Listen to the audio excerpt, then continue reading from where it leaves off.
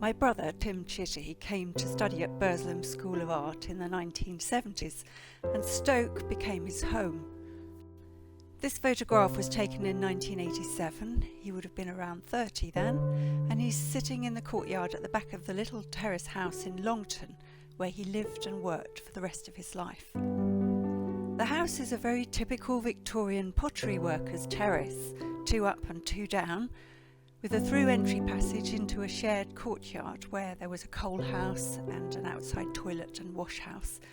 And this was a good standard of housing for the time it was built. Large light windows, high ceilings, proper sanitation, and Tim lived in the house without modernising anything really.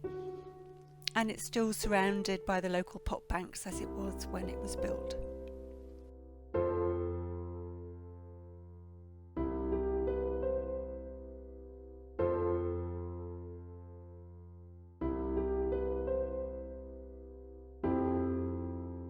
The front door opens straight into the parlour, which was a surprise for visitors the first time they came to the house.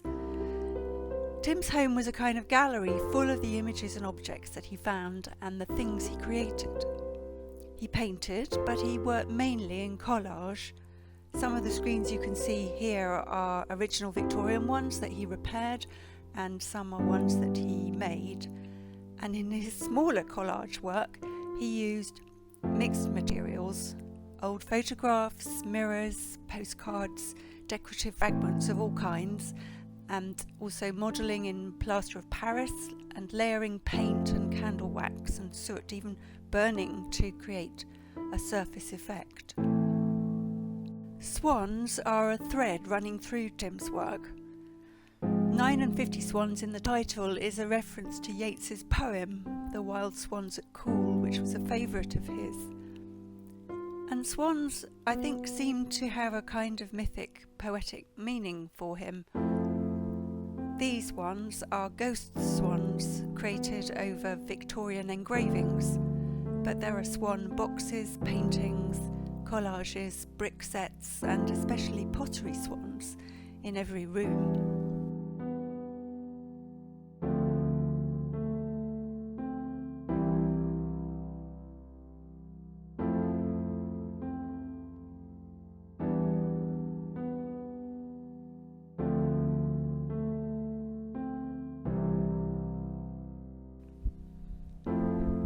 Most of his individual pieces of work were in the back room, which was the main living room, and you were only invited in there as a special guest. But the parlour was for showing to people, and at first I think it's difficult to pick out Tim's work from all the old prints and pictures hanging on the walls in the room, and of course the collage also extends to the walls as well as in his pieces. The whole house was a kind of assemblage that was part of the environment he was creating.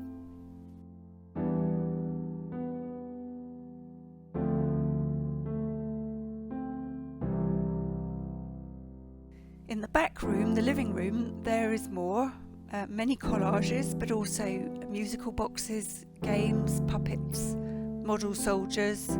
He drew a lot on his own childhood memories, but also on ideas of past childhoods, using images in Edwardian books and from children's toys, painted kites, balloons.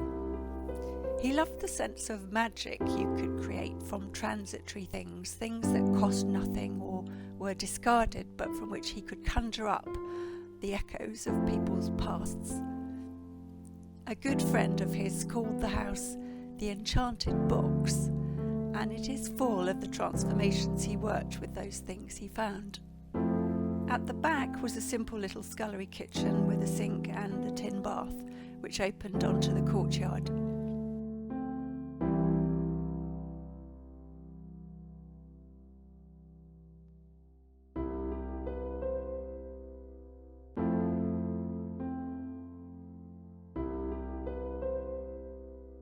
Going up the steep stairs in the middle of the house, at the front was the bedroom where Tim hung many religious pictures and figures.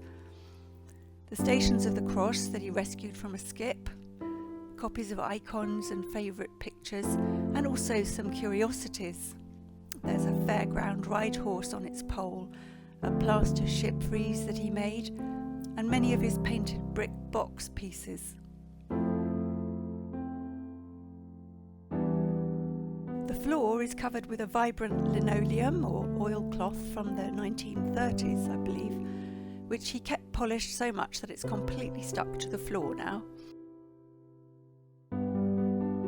And finally at the back was his studio, his workbench and tools. The old toy theatre he'd made was still in there for repair. Many of the paintings hung in here were given to him by people in the art therapy classes he helped with at the Douglas Macmillan Hospice. The work mounted on the screens is some of the last work he showed in an exhibition at Keele University. Tim liked the freshness of the paintings by the Dougie Mac residents alongside his own work. He liked to make things with loud music playing and the windows thrown wide open, and his favourite view over Stoke from this room. His whole life was in this house, really, and what he created there, and it's what he leaves us.